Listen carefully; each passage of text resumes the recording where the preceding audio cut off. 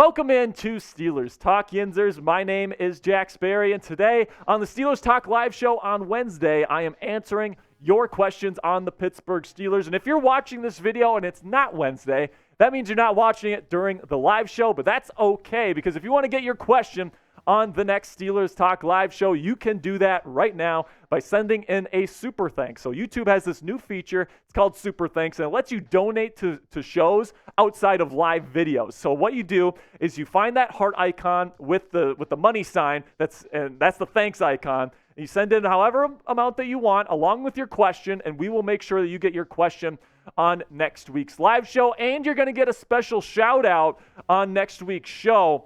We have some shout outs here to give, and I can't wait to show you all the great people that we're shouting out. Here we go. We got Bill Eldred, Charlie Green, Tom Smith. Thank you so much for your super thanks. And then I want to give a special shout out to TJ Watt fan and Rush Tempo 7, who shared yesterday's video on Twitter. So thank you guys so much for your support. It really does mean a lot. We're starting off today's mailbag with a super chat, $5 super chat from Hot Rod 24, who says, first time Steelers Talk Live watcher. Welcome in, Hot Rod. Says, I'm wanting your thoughts on us still signing Taylor Lewan.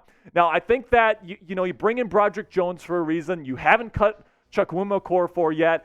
Although it's still possible that you cut Chuck's because you can save quite a bit of money if you make him a post-June 1st designation. I still don't see this move happening. I think with Chuck's being a pretty darn good power blocker, showed that towards the end of last season, I think he's going to remain as the right tackle for the Steelers. And then you've got Dan Moore Jr. and the Raven Clark, two very solid swing tackles as your backups. So I really don't see the Taylor Lewan thing happening. I think he wants too much money. I don't think there's a real fit for him on the Steelers roster. And then also he has some beef with TJ Watt that would scare me if I were Mike Tomlin.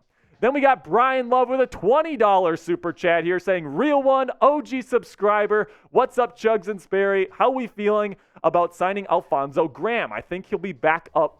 He'll be a backup/rotational piece, and I do agree with you here, Brian. He's going to be kind of on the fringe, in my opinion, of making the roster versus not making it. He's going to be competing with Anthony McFarland for that third running back on the Steelers depth chart. Of course, you got Najee Harris, Jalen Warren at the top. Alfonzo Graham, someone that played at an HBCU last year, kind of a lower-level school, and, he's somebody that I think I've watched some of his film. He's got some decent speed. It's not electrifying speed or anything like that. He's only 5'9", so he's a little undersized, but he's got some really great feel for the game. He's definitely got some toughness to him. I can't wait to see him compete in OTAs and in training camp.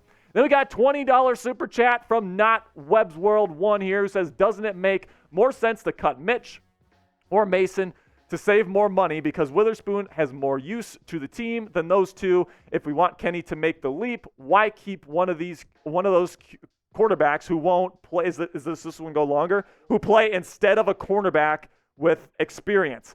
So I think what ended up happening here is they felt like they needed another quarterback. The Steelers like to carry three quarterbacks during the NFL season on their 53-man roster. And right now they're not 100% sold on Tanner Morgan or Bryce Perkins, but they do have a good feel for what Mason Rudolph brings to the table. They might still cut Mitch if they really want to sign a couple of these players here. But I think that when it comes to Akello, that the cornerback room is getting a little bit cramped, and they just didn't really see him fitting in anywhere. And then we don't know. We're not in the building. We don't know how Akello's rehab is going. It's possible that his speed has just not come back so far. And for a guy like Akello Witherspoon, who really does rely on having those quicks, those wheels, if those aren't back and he's slower, I mean, we saw what he did last year. I mean, it's just not going to be pretty, and he's not an NFL caliber corner. Then we got Dan Alexander here, who says, what will be Connor Heyward's role with the Steelers in 2023? So because they haven't re-signed Derek Watt at fullback, right? I think that the move here is to move Connor over to fullback because, you bring in Darnell Washington, you bring back Zach Gentry. Of course, you've got Pat Freiermuth at the tight end position, but you don't really address the fullback position at all this offseason. So what does that tell me? I mean, you bring in Monty Pottybaum, right? Undrafted free agent out of Iowa with that big mullet. But is that really a long-term answer at fullback? Not too sure. I think that the Steelers are planning on moving Connor to fullback, and I think he's perfect for that role. I think that you see with some of these offenses, San Francisco loves to use the fullback in the passing game. Same thing with Miami. You can really confuse some defenses by using a fullback as a receiving weapon. Connor Heyward is a former tight end or current tight end, whatever you want to say it. He's a good receiver, and he's got a perfect body type to be a blocker as a fullback. I think that's what the Steelers' plan is for him in 2023. So where do you want Heyward to play? So that's Connor Heyward to play this season. Do you want to play at tight end, type TE, sorry about that, or type FB for fullback? This is going to be the pinned comment on today's show. So whenever you get an ad break here, do me a favor, go into the comment section, find that pinned comment, and answer today's question. Then we got King Yinzer, Anthony Fuller in the chat here, coming at me with cut Mitch and trade for Devin White, question mark. So it's definitely possible that they cut Mitchell Trubisky. But trading for Devin White, somebody that's kind of, in my opinion, somebody that's watched him on film, somebody that's analyzed the stats and all these different things, I think Devin White is a little bit overrated. I think he's a big name. You know, he was drafted in the top 5. He's a great athlete. You know, when they won the Super Bowl a couple of years back, he had all these stories about him and his horse. Like, you know, he's a big name that people recognize. But as a football player, Levante David is just clearly the better linebacker on the Tampa Bay Buccaneers. Devin is not, well, I can't say constantly, but, you know, he's consistently out of position. Not a huge fan of Devin White personally, and especially because he wants to get paid like one of the top inside linebackers in the National Football League. Definitely don't want to pay that kind of contract. So even though I'm on board with potentially cutting Mitch to grab another player, Devin White is not it for me. Then we got a question from Matt Hyde here, and he says, do you think Najee will rush for 1,500 yards and 11 touchdowns this year? I think that's a pretty good estimate of what you can expect from Najee Harris, because I think Matt Canada this year is starting to transition to more of a power-based run scheme, and I think Najee's a great power back. I think he showed his prowess in that regard towards the end of last season, where he really started to get things going. And, you know, I think the Steelers' offense is really going to be reliant on that power run game, and I think it's going to be pretty darn good. So 1,511, I would maybe even take the over on that. I think that Najee Harris is going to have a real good season this year. I'm a believer in Najee Harris. Then we got another $2 super chat here from Hot Rod 24. Appreciate it, Hot Rod. He says, who do you think the Steelers will sign next? So I don't want to give away too much, because coming up here on the Steelers Talk Live show, I'm going to be breaking down some free agency targets. But I will say, I think it's probably, if they do sign somebody, it's going to be either an edge rusher or an inside linebacker. Next question comes from Not Webb's World, another $5 super chat here, and he says, is Big Cam advocating for Bryant to be reinstated for a return? Because personally, I'd trust Hakeem Butler over Martavious. Yeah, so I don't think a Martavious Bryant is coming back to the Pittsburgh Steelers, even if he is reinstated for a return to the NFL. Okay, I think that they signed Hakeem Butler for a reason. Now, I did see something that Cam Heyward is looking to get Bryant reinstated. I haven't read into that too much, to be completely honest with you. But, you know, Hakeem Butler, I think, is somebody that in that position, kind of that backup X-receiver role behind George Pickens, I think that's kind of the person that you want in that role over a guy that's been there, you know, somebody that's older, way older, and somebody that's just probably doesn't have the game anymore to play in the NFL. Then we got another question here from Mist, who says, Chase Young trade. I highly doubt it. Now, Chase Young is somebody that obviously is a big name, number 2 overall pick in the 2020 NFL draft, somebody that's dealt with injuries, had an ACL tear back in 2021, hasn't really looked himself since he won Defensive Rookie of the Year in 2020. And there are rumors going around that the Commanders might be willing to trade him at some point during the 2023 season. The only thing is, I think the Steelers are about to give Alex Highsmith a massive contract extension. And if you're paying Alex Highsmith and you're paying TJ Watt, where does Chase Young, and another big contract is if you trade for him, you got to pay him. Where does that fit into the equation? I just really don't think that is going to happen. Speaking of that, another question here says, are you worried that Highsmith's production could be inflated like Bud Dupree's was when he was in Pittsburgh? Should they really pay someone all that money? So, as we know, Bud Dupree, somebody that had some nice production alongside TJ Watt here in Pittsburgh. He goes to Tennessee, makes a big-time contract, and he just wasn't really the same without TJ Watt on the other side. Could Alex Highsmith be that type of player?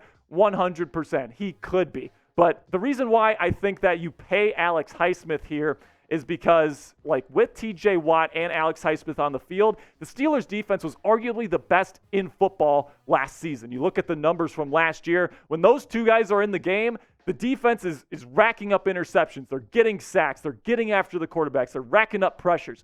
They just F stuff up when these two are after quarterbacks. I think it's one of the best, if not the best, pass rushing duo in the league, and I think that's something that you want to preserve. I say give Alex Highsmith the bag, as long as it's not too much, like the $30 million range. So should the Steelers extend Alex Highsmith? Let me know in the comments section here by typing E if you want to give him that extension, or if you want to pass and let him go in free agency or trade him, type P for pass. Question coming in here from a real one here, Young Noticeable 25, always here on the live show. He says, do you think Rudolph will work his way up to quarterback 2? I highly doubt it. Personally, if he didn't get there last year, probably not going to be happening this year, especially if you keep Trubisky on that big contract, over $10 million coming up here this next season. I would be very shocked if Mason Rudolph was the quarterback 2 next year if Trubisky is on the roster. Now, could they cut Trubisky? Absolutely. You save a bunch of money in cap space. If you want to get a couple more expensive free agents, I could see the Steelers doing that. But seems like the Steelers' plan right now is Kenny Pickett, quarterback 1, Mitchell Trubisky, quarterback 2, and then Mason Rudolph, quarterback 3. They're running it back in the quarterback room in 2023. Then we got a question here from DK the Yinzer going, do you think Darnell Washington will be used more as a blocker or used as a weapon considering his ability with the ball? So I think, especially initially, he's going to be essentially a 6th lineman for the Pittsburgh Steelers. He's going to be playing a lot on early downs and non-passing situations. He's going to be playing a lot on first and second down, especially first down, and then third and short. You can really expect him to be in there as well. He's going to be a top 5 blocking tight end in the National Football League if he stays healthy. From the word go. He is that good of a blocker, and then you hope over time that he develops the wide receiver skills, the route running, the hands, the different stuff that you look for that Pat Freiermuth, for example, already has and is already elite at. If Darnell Washington develops into a really good receiving tight end, watch out because we might be looking at a top 5 tight end in the National Football League. Then we got W Pulse here who says, should the Steelers still go get Jarvis Landry to round out this wide receiver core for the year? I highly doubt it at this point. They've had their chance to reach out to Jarvis and bring him in. I thought before the Allen Robinson trade, I thought it was very possible because they still arguably needed another presence at slot receiver other than Calvin Austin III, who's coming off a foot injury, hasn't proved himself in the National Football League. But now that you've got Allen Robinson in there, who's pretty darn good in the slot, has played a lot in the slot over the last couple of years. You got Deontay Johnson that can play in the slot as well. You got George Pickens, that's a really good X receiver. I just think that right now the Steelers are good at wide receiver, and although I like Jarvis Landry, he's a good veteran, tough guy, really good locker room dude as well, I just don't think it's going to happen. Then we got a question from Owen Moran here. He says, are you going to watch Kenny Pickett on Ben's podcast? So I did hear that Pickett was slated to go on Ben's podcast. Obviously, the bosses here at Chat Sports keep us pretty busy here. I got about 9 to 7 days, and it's definitely tough to find free time. But hey, man, over the weekend, I'm definitely going to pull up that podcast and see what Kenny Pickett has to say. Then we got a question from Duma Diddy. I can't read that name, man, but he says, do you think Yannick Ngakoue, I think he says Ngakoue, is still, if he's still a free agent, sign him? I would be stoked to get Yannick Ngakoue. He's somebody that year in and year out is getting double-digit sacks. So if he agrees to come to Pittsburgh as a 3rd rotational edge rusher, are you kidding me? I would take that in a heartbeat. He's somebody that gets after quarterbacks. He's productive year in and year out. I would love to see Yannick Ngakoue in black and gold. Then we got a question from one of the real ones here at Steelers Talk, Dominic Schrader, and he says, ground and pound, baby. These defenses are going to be saying, take us to dinner first. I love it, Dominic. He says Najee and Warren will be getting lots of production behind this revamped line. I completely agree with you, Dominic. I think that this is going to become the identity of the Pittsburgh Steelers. Ground and pound run game mixed with elite defensive production, interceptions, sacks, and then on the offensive side of the ball, they're going to wish those defensive players are going to wish they weren't even born, man. These guys are going to be mauling them day in, day out, week in, week out. These guys are going to be just eating, in my opinion. I think Isaac Seumalo, one of the best power blocking guards in the National Football League. Broderick Jones was one of, if not the best power blocking tackle in this year's NFL draft class. Chucks can still move people off the line of scrimmage. And of course, you got Darnell Washington as kind of like a pseudo sixth lineman. And then you got Najee Harris, one of the biggest, toughest running backs in the National Football League. I think Matt Canada can really get away with a lot of his bull crap, to be completely frank with you, by just running power run schemes, man. Like they can just run straight forward. I think they will be pretty darn good in 2023. Then you get to Not Webb's World here, who says, is it possible to put TJ at full-time edge and put Herbig at that outside linebacker? Because Micah Parsons mentioned moving to full-time edge and that hybrid linebacker. So pretty much the way that it works in a 3-4 base system now, Webb's World, is they got two outside linebackers, and usually one of them is a true pass rusher in the Steelers scheme. That is TJ Watt. And then there's another one that can drop back from time to time. That's Alex Highsmith. So they kind of switch roles. They kind of play the same position because they want to keep opposing offenses at bay and kind of confused. But, when it comes to the outside linebacker position, you got your edge rushers are essentially outside linebackers, and then you got two inside linebackers to play off ball. That's kind of how the Steelers defense is set up. And then, of course, when they're in their 4-down fronts on nickel and dime packages, Highsmith and TJ Watt are playing true defensive end positions. So, the 3-4 is a little bit tough to explain, but that's kind of the way it works. TJ is already essentially a full-time edge rusher, so that's kind of the way it already works. Then you got Mo Love, a Steelers Talk Gold Club member here, with a $5 super chat saying, what do you think of what's that, producer Jeremy? What do you think of not signing Trubisky, cutting Trubisky, and sending that cash to pick up J.J. Watt sometime this year possible? I mean, first J.J. has to accept coming into the league.